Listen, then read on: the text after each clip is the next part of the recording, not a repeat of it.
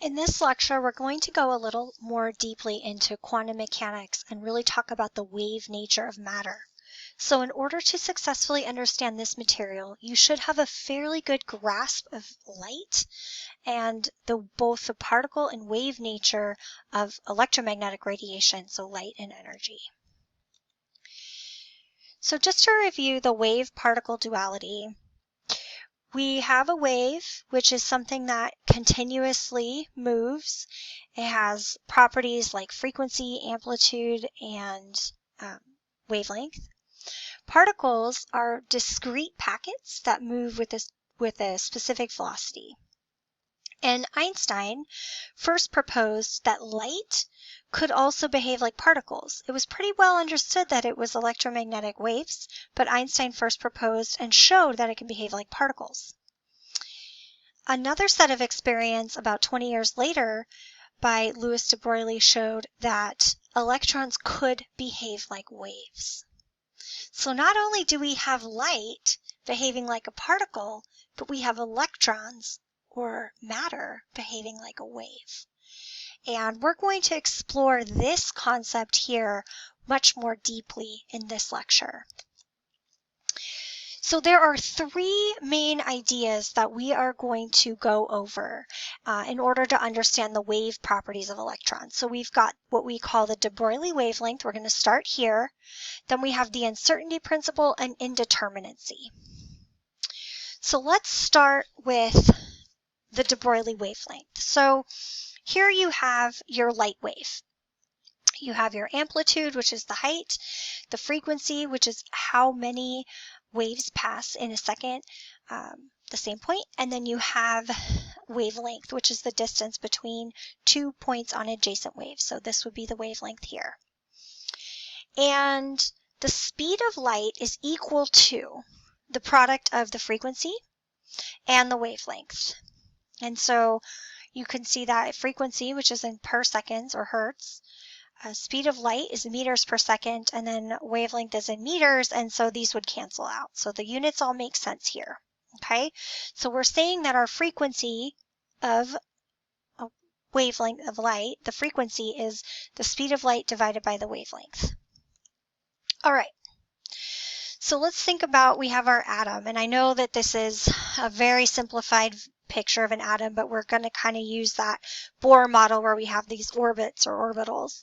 So if you have an electron whizzing around in an orbit and it has high kinetic energy, that means that it is likely moving more quickly. So high kinetic energy is correlated with faster motion. That faster motion and high kinetic energy is correlated with a shorter wavelength. Remember, we saw this with light too. The shorter the wavelength, the higher the energy of light.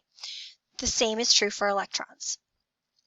So here we have our visual of our light wave and our electron.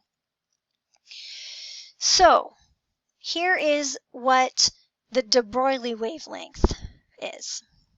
So you have your wavelength in meters, and it is equal to Planck's constant divided by the momentum, which is the mass times the velocity. So wavelength is inversely proportional to energy, and we saw this for light. It is the same for electrons. So with light, remember, energy is related to Planck's constant, the speed of light in the wavelength. So wavelength equals hc divided by E, Planck's constant, speed of light, energy. With electrons, that wavelength is equal to Planck's constant divided by the momentum, or the mass times the velocity. Okay, so once again, we're seeing that wavelength being inversely proportional to energy. Here we have our electromagnetic energy, and here we have kinetic energy. So the energy associated with motion. Okay, so let's just do a really quick problem to make sure that we understand how we can use these terms. So it might be a good idea to pause, try and work out this problem yourself, and see if you can get the same answer. So you have a nitrogen gas laser. So you have nitrogen gas, and it has a wavelength of 337 nanometers. And we want to know how much energy the photons have. And we're given this information. So we have a wavelength, we know Planck's constant, the speed of light, and the energy. So the first thing you want to do is take your wavelength and convert it to meters. So 1 nanometer is the same as 10 to the minus 9th meters. So we set this up and we cancel our units here and we get 3.37 times 10 to the minus 7th meters. And then we set it all up so that our units cancel. So we see hc over lambda. So we have our h, Planck's constant, is 6.626 times 10 to the minus 34th joule seconds. The speed of light is 3 times 10 to the 8th meters per second. And then wavelength is 3.37 times 10 to the minus 7th meters. So if you look at how the units cancel, these seconds cancel and these meters cancel, and we're left with joules. Joules is the unit of energy. There we go. So the energy the photons have is 5.89 or 5.90 times 10 to the 19th, minus 19th joules. Okay, now let's see if you can calculate the wavelength of an electron traveling with this speed. So for this one, we would need the mass of the electron because we have the speed, the velocity is given. This is the mass of the electron, and then we're given these units. So 1 joule is equal to a kilogram meter squared per second squared. All right? So let's see if you can solve this. We want to calculate wavelength of an electron traveling with this speed.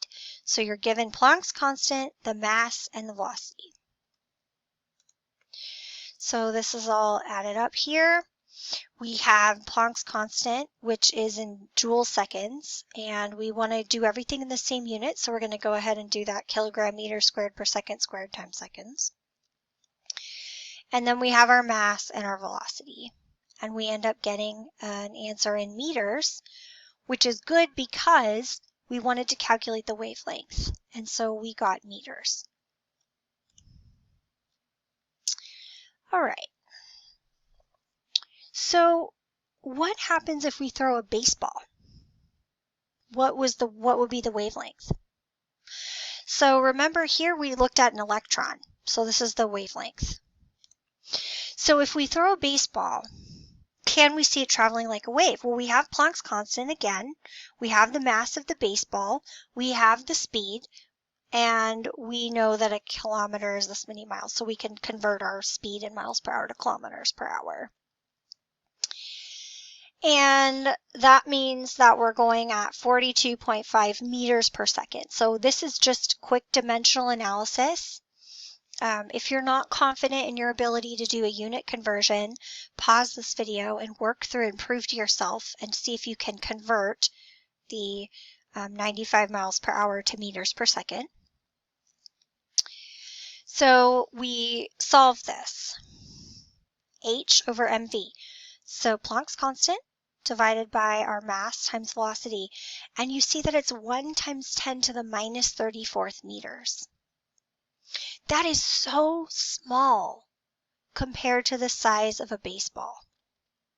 So that kind of explains why you wouldn't see the baseball.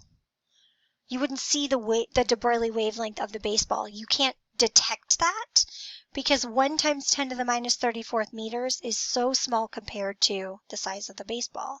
Whereas when you're looking at with the electron, the size of an electron, this is actually bigger than the electron, right? So you have to kind of compare the two. So wave-like effects are not observed when the wavelength is very small compared to the size of the object. So now let's take a look at this uncertainty principle. So this here shows the wave function collapse or the uncertainty principle in this video. So I highly recommend that you take a look at it. It's a really great video. It kind of explains the whole idea. But what we're basically saying is if you do an experiment designed to look at the electrons behaving like a wave, they stop behaving like a wave. So it's like your cat that only misbehaves when you're not watching, and then as soon as you watch, he stops misbehaving. So that is kind of what we're talking about here. So here is an overview of the uncertainty principle. You have a beam of electrons and you're passing it through double slits. So electrons can act like waves. If you have a single electron through double slits, the electrons will act like waves. But if you try to observe which slit they pass through, the electrons start to behave like particles. Why is this? It has to do with the uncertainty principle. So if you observe the electron, it forces the electron to choose. So that's the whole idea between having only one state. It loses its wave-particle duality. So this was the whole idea behind Schrödinger's cat. So the idea was if the cat is in the box and you don't observe it, it could be both dead and alive. But once you open the box, you observe it, and it has to be one or the other. Now, that is a huge oversimplification, and he actually used the cat to describe how absurd this idea was for an object that was big enough for us to observe. So for an electron, it makes sense, but for an object, it doesn't, because obviously a cat cannot be in both of states. So it is really just to show the limitations of this idea for large objects. So in other words, you observe either alive or dead, but if it's unobserved, it's both. So here you have electrons behaving as a particle, either slit 1 or 2, but it's behaving as a wave if you don't look at it. So apparently they're really shy. So the reason for this is we cannot know both the trajectory and the position. That's what the uncertainty principle really is. So the trajectory is related to its wave nature. The position is related to its particle nature, and you cannot know both. And observing electrons behaving like a wave would mean that you could know both, you could see both, and you can't. And this is really Heisenberg's uncertainty principle in a nutshell. So the more we know about the position, the less we know about the trajectory, and vice versa. Okay, so now let's talk about the wave properties of electrons and its relationship to indeterminacy. So this is another example of how a large object is going to behave differently from something tiny like an electron that has wave-like properties. So in classical physics, particles move in a trajectory determined by velocity, position, and the forces acting on it. So in other words, if I throw a baseball, I know how it's going to move. If I drive my car forward and I take my foot off the gas and I'm just driving in a straight line, I know how it's going to interact with the environment, with the road, and all of that. So here you have a ball, and the pitcher throws the ball. The batter can interpret the ball flying at him because he knows that it's not just going to move, right? The ball is going to go in a certain trajectory, and then the batter is going to hit it, and the ball is going to follow an arc. And the outfielder has practice enough to know that when the ball has a certain trajectory, it will land somewhere, right? So you've got this force of gravity, and you've got the velocity of the ball, and then you add these two vectors together and you get this, right? So then the outfielder can catch the ball. So this is called deterministic. In other words, the path is determined by velocity, position, and forces. This is the classical concept of trajectory. In quantum mechanics, we cannot predict paths because we can only know either position or trajectory, which means that it is indeterminate. We cannot predict the future trajectory because we don't know both of those things. We can't know position and trajectory. So with classical trajectory, like a baseball, we get that same arc every time. And with an electron, you end up getting a trajectory distribution map, right? So it looks similar to the arc, but it's not exactly the same. So this is based on probability. So that probability distribution map is what an electron orbital is. So you can kind of think of it as a standing wave.